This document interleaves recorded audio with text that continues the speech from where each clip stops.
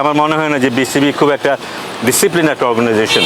বাংলাদেশের ক্রিকেটকে আরও অনেক উপর নিয়ে যাওয়া সম্ভব। ক্রিকেটের যদি তারা সত্যিকার অর্থেই সেবক হতেন তাহলে তারা সত্যি আসতেন। কিন্তু আপনার কি মনে হয় বিসিবিতে রিফর্ম করা উচিত? মানে আমি যেহেতু খুব কাছ থেকে দেখার সুযোগ পেয়েছি, আমার মনে হয় না যে বিসিবি খুব একটা ডিসিপ্লিন একটা অর্গানাইজেশন, যেটা বাইরে থেকে অনেকেই মনে করে এর চাকচমক দেখে মনে করে বা অনেক কিছু দেখে মনে হয় যেন বিসিবি বোধ হয় দারুণ একটা অর্গানাইজেশন। কিন্তু আমার মনে হয় যে এটার যে অপরচুনিটি ছিল, বিসিবিতে যে অপরচুনিটি ছিল, সেটার ম্যাক্সিমাম ইউটিলাইজেশন মোটেই হয়নি। সেটা অনেকগুলো কারণেই হয়নি, অনেকের ইচ্ছাকৃত ভুলের কারণেও হয়নি। সো আমার মনে হয় যে এখানে পরিবর্তন আনা দরকার। কাজের যে ধরন, এখানে যে ইনডিসিপ্লিন অ্যাক্ট হয় ভেতরে সেটা পরিবর্তন আনা খুব দরকার। কারণ এগুলি একটু স্ট্রেটন করতে পারলেই বোধহয় আমাদের অনেক ধরনের ক্রাইসিস মিট আপ হতে পারে। এবং একটা প্রসেস যদি ঠিকমতো চলে, দেয়ার ইজ নো রিজন আমরা কেন ক্রিকেটে আরও ভালো করতে পারবো না। আমাদের তো অবস্থান এমন হওয়ার কথা না যে নেপালের সাথে জিতবো আমরা খুব খুশি হয়ে যাবো, সেই জায়গায় তো আমাদের থাকার কথা না এখন, কিন্তু তেমন হয়ে গেছে। কিন্তু সো আমার মনে হয় যে এখানে সুযোগ আছে, ভালো কাজ করতে পারলে বাংলাদেশের ক্রিকেটকে আরও অনেক উপর নিয়ে যাওয়া সম্ভব। ক্রিকেট কর্তারাই বোর্ডে আসছেন না, একেবারে অভিভাবকশূন্য অবস্থায় আছে ক্রিকেটটা এবং ক্রিকেটাররা। কেন তারা এখনো দায়িত্ব না নিয়ে এভাবে কেন তারা লুকিয়ে আছে, বা কেন এই ব্যাপারটা আপনি কি বলবেন? না, এতে বোঝা যায় যে তারা তাদের দায়িত্বটা ঠিকমতো সে সময় পালন করেনি। যদি ঠিকমতো পালন করতেন তাহলে আমার মনে হয় তারা সাহস করে আসতে পারতেন। ক্রিকেটের যদি তারা সত্যিকার অর্থেই সেবক হতেন তাহলে তারা সত্যি আসতেন। কিন্তু তারা, আমার মনে হয় না তারা ক্রিকেটের সেবক ছিল। তাদের নিজস্ব এজেন্ডা ছিল, সেই এজেন্ডাই তারা ফুলফিল করেছে গত একটা যুগ বা তার বেশি সময়। আমরা দেখেছি ক্রিকেটের মাঠে কী হয়েছে, ক্লাবগুলোর কী অবস্থা, ঢাকা লিগের বলি, বিপিএল ফ্র্যাঞ্চাইজি বলি, পুরোটা ক্রিকেট খেলাটাকেই নষ্ট করে দেওয়া হয়েছে। কিন্তু যার ফলশ্রুতিতে কিন্তু আমরা এখন এই অবস্থায় আছি, আমাদের ক্রিকেটের স্ট্যান্ডার্ডটা এতটা নিচে নেমে গেছে। সো আমার মনে হয় দায়টা তাদের কারণেই তারা আসতে পারছে না। স্যার, যে পরিবর্তনের কথা বলছেন বিসিবিতে, আপনি সেটা আসলে কোন জায়গাগুলোতে পরিবর্তন করা উচিত বলে আপনি মনে করেন? অবভিয়াসলি আমার মনে হয় যে দায়টা সবচেয়ে বেশি লিডারশিপের মধ্যে পরিবর্তন আনাটা খুব দরকার। লিডারশিপ যদি ঠিক থাকে বাকি জিনিস কিন্তু অটোমেটিক্যালি চ্যানেলাইজ হয়ে যায়। সো মানে এখন তো ব্যাপারটা হচ্ছে যে আইসিসির আইন সংক্রান্ত অনেক বিষয় আছে। রিফর্মেশনের ব্যাপার যদি আমরা বলি, অনেক সমস্যা আছে। But at the end of the day আমরা তো ডেফিনেটলি চাইবো এমন একটা বোর্ড হোক যেখানে ভালো একজন লিডার থাকবে, যার ভিশন থাকবে, যার মধ্যে বড় কিছু দেখার স্বপ্ন থাকবে, যে বাংলাদেশ ক্রিকেটকে অনেক উপরে উঠিয়ে নিতে চাইবে, এবং সেই জন্য যে স্বচ্ছতা, যে জবাবদিহিতার ব্যাপারগুলো থাকা প্রয়োজন সেগুলো থাকবে। তো সেরকম মানুষজনই দরকার, এবং সেরকম অনেক মানুষ কিন্তু আমাদের দেশে আছে।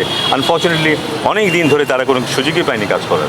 স্যার, আপনি আজকে ক্রিকেটারদের সঙ্গে কথা বলেছেন, তারা কেউ সেফটি নিয়ে কোনো উদ্বিগ্ন কিনা, কিছু বলেছে কিনা?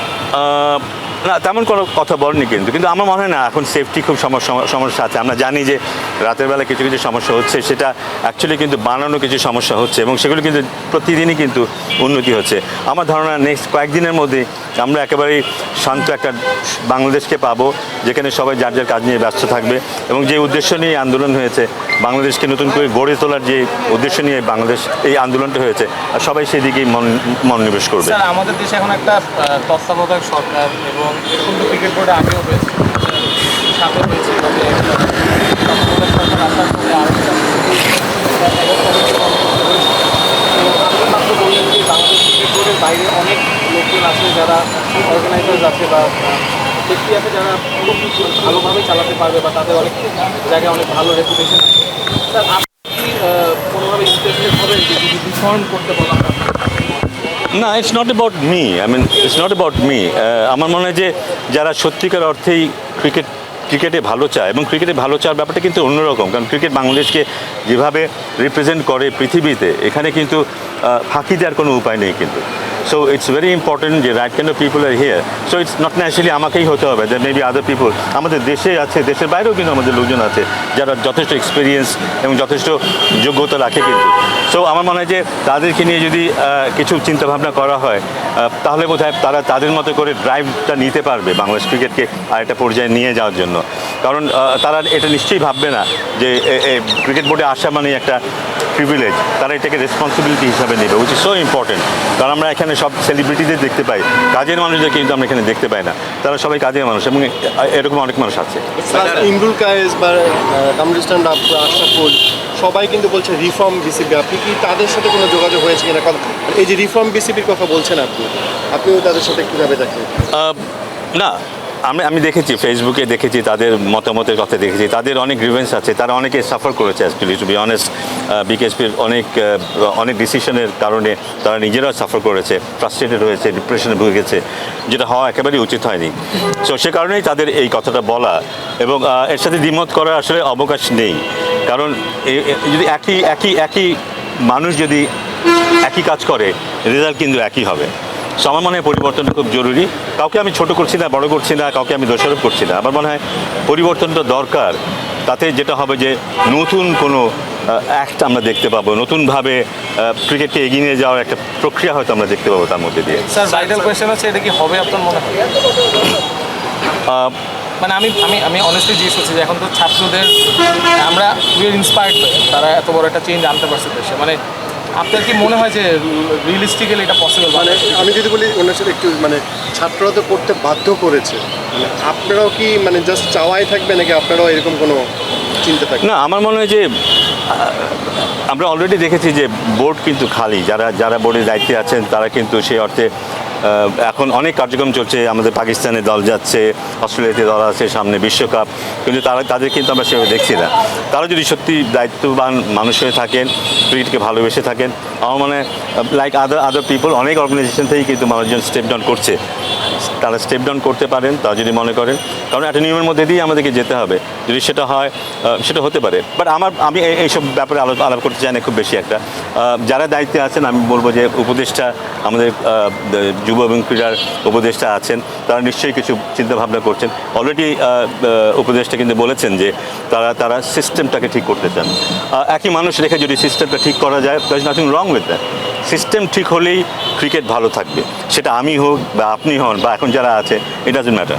স্যার, এক মিনিট, মানে এই যে আপনি আমার কথাগুলো যে বললেন এতক্ষণ ধরে, আপনার সাথে দীর্ঘদিন জানার চেনা জানার জন্য আমি জানি যে আপনার কাছে আপনি যে সিস্টেমের কথা বলছেন ঠিক হওয়া বা ভালো হয়, কোনো রিফর্মের কোনো স্ট্রাকচার বা কোনো কি রূপরেখা আপনার মাথায় আসছে? মানে মানে I mean it's not like যে হওয়া দরকার, এটা হচ্ছে এক কথা, আর এগুলো হলে হবে, মানে রূপরেখা কোনো কিছু তৈরি করছেন বা কোনো কিছু কি মাথায় আছে যেটাকে আপনি বলতে চান যে এগুলো হলে আই উড, বিকজ বিং আপনি বিসিবিতে অনেকদিন ছিলেন, এটা বলতে চান? না, ডেফিনেটলি, কারণ এটা নিয়েই তো বছরের পর বছর আমরা চিন্তাভাবনা করেছি এবং বিশেষ করে আমি চিন্তাভাবনা করেছি যে কোন জায়গায় কী হলে আমরা আরেকটু এগোতে পারি, কোন জায়গায় আমাদের ঘাটতি আছে, তার মধ্যে আমাদের রিসোর্স কোথায় আছে যেটা দিয়ে আমরা ওভারকাম করতে পারি।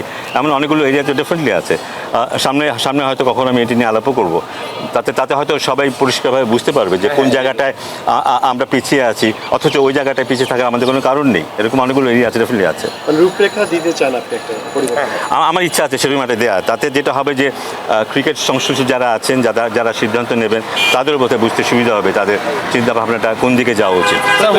আপনি কি একা নাকি আরো অন্য ক্রিকেটারদের সাথে আপনার কথা হয়েছে, সাবেক যারা সংগঠক তাদের সাথে কথা হয়েছে? না, সেই অর্থে যে মানে একটা দল করে কথা হয়েছে তা নয়, কিন্তু অনেকেই আমার সাথে যোগাযোগ করেছে, অনেকেই বলেছে আমি যেন কথা বলি, কারণ আমি আগে যেহেতু কথা বলেছি, সেই কারণেই হয়তো আমাকে বলেছে আমি যেন এটা নিয়ে কথা বলি। সো আমি ইতিমধ্যে অনেক মিডিয়াতে কিছু কথা বলেছি, বাট আজকে আবার সুযোগ হয়েছে অনেকের সাথে কথা বলার, সেই সুযোগটা নিলাম আর কি। স্যার, ওয়ার্ল্ড কাপ যদি বাংলাদেশে না হয়, মানে এখন মনে হচ্ছে যে এটা একটা হিউজ ডাউন, মহিলাদের women's under T20 world cup, সেটা কতটা ডিসঅ্যাপয়েন্টিং হবে? এটা খুব ডিসঅ্যাপয়েন্টিং হবে এবং আমি মনে করি না যে বাংলাদেশ থেকে মেয়েদের এই ওয়ার্ল্ড কাপটা উঠে যাওয়া উচিত, কারণ এখন যে অবস্থায় বাংলাদেশ আছে এবং সামনের 8-10 দিনের মধ্যে বাংলাদেশ যে জায়গায় যাবে, আমার মনে হয় না কোনো ইস্যুতে, ইনক্লুডিং সিকিউরিটি, কোনো ইস্যুতে কোনো ধরনের আমাদের শর্টকামিং থাকবে। বাংলাদেশ এখন অত্যন্ত স্টেবল একটা জায়গায় আছে এবং সামনে আরও যাবে, এবং নিরাপত্তার কথা বলি বা অন্যান্য সুযোগ সুবিধার কথা বলি, টপ ক্লাস হবে। আমি আশা করব যে টু বি অনেস্ট আগের চাইতে অনেক ভালো হবে। এখন যেভাবে সবাই কাজ করে, যেভাবে সবাই এগিয়ে আসে অনেস্টলি গুড ইন্টেনশন নিয়ে, আমার মনে হয় এখানে বিশ্বকাপ হলে সবাই সেটা দারুণভাবে উপভোগ করবে।